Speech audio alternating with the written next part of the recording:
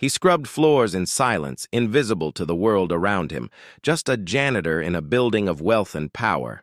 But behind those polished walls, a secret was growing, one that would shake the life of a billionaire and expose a truth she tried desperately to bury. He was never supposed to matter, never supposed to be seen. Yet when the truth finally stared back at her, everything changed. How could a man society dismissed force the powerful to face what they feared most? Malik had always been the man no one noticed. For years, he pushed his mop down endless hallways, polished floors that others walked across without a second thought, and emptied trash bins overflowing with reminders of wealth he could never touch. To the world, he was just the janitor, a shadow in the background of someone else's story. Yet beneath the quiet of his routine was a heart that carried dreams. Dreams of being seen, respected and loved. Every night he clocked out long after the offices went dark, stepping into a city that seemed to remind him of his place. He never complained. He just worked, grateful for the little stability he had. But fate was already moving, because inside those walls of luxury and power, his path was about to collide with someone who would change everything, and not for reasons he could have ever imagined.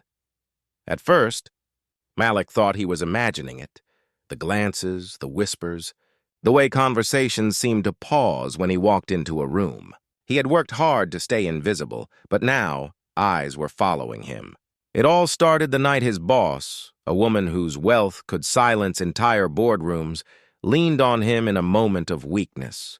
What was supposed to be a secret quickly became a burden he alone carried. She denied it ever happened, denied him, denied the possibility that someone like Malik could ever be tied to her life. And yet, when her body began to change, when the whispers reached her circle of influence, Malik became the easy target. He wasn't a man to them. He was a scapegoat, someone they could paint as desperate, manipulative, and unworthy of standing anywhere near her. Rumors spread faster than the truth. Colleagues he had once nodded to in the hall now looked at him with suspicion. Doors that had always been hard to open suddenly slammed shut. And worse, the threats came, not always spoken, but felt in the cold glares and tightened fists of those who thought he had overstepped his place. But the cruelest part wasn't the hostility. It was the silence.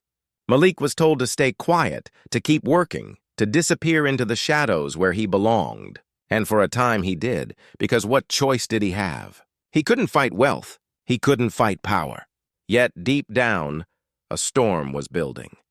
The baby changed everything.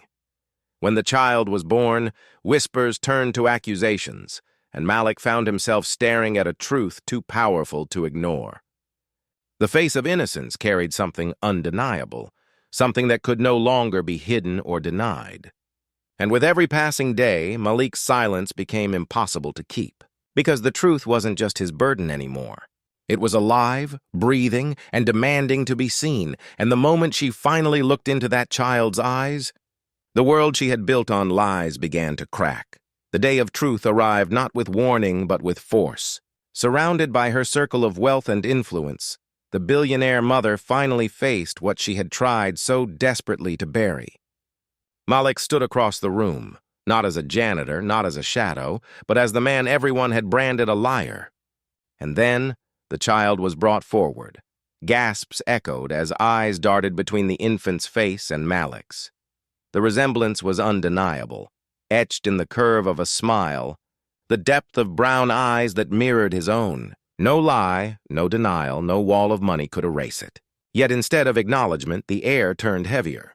Whispers sharpened into knives. The blame was shifted, the accusations crueler than ever. He was called a predator, an opportunist, someone who had reached far above his place. Malik felt the walls closing in. Every ounce of dignity he had clung to was stripped away under their stares. For a moment he thought he might break, that perhaps they were right, that his voice would never matter against the roar of wealth and privilege. But then he looked at his child, innocent, unprotected, a reflection of his very existence, and something within him snapped, not in anger, but in clarity. He realized this fight was no longer about him. It was about a life that deserved to be acknowledged, a truth that could not be erased. The room held its breath. The billionaire mother's eyes locked on the baby, and for the first time her mask cracked. Her power, her denials, her carefully built world trembled in the silence. Because no matter what she said, no matter what story she spun, the truth had a face now, and everyone was staring at it. In the end, the truth could not be hidden. The child's face became the evidence no courtroom, no rumor, and no denial could erase. For Malik, it was both a moment of vindication and a painful reminder of the price he had paid.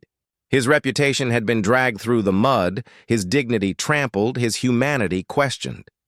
Yet in that single glance, the world seeing his reflection in his child, he reclaimed something they had tried to strip away. His existence mattered.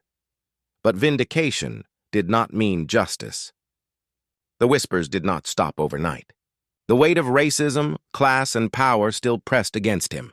Malik walked away knowing he had forced the powerful to confront the truth, but also knowing that countless others like him never get that chance.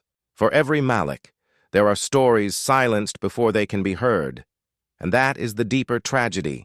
How easily society dismisses the vulnerable. How quickly power erases truth when it comes from those deemed unworthy of being believed.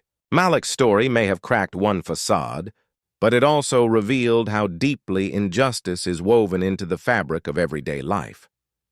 So the question lingers. How many more faces? How many more lives must carry the weight of proof before we finally listen? Before we finally change?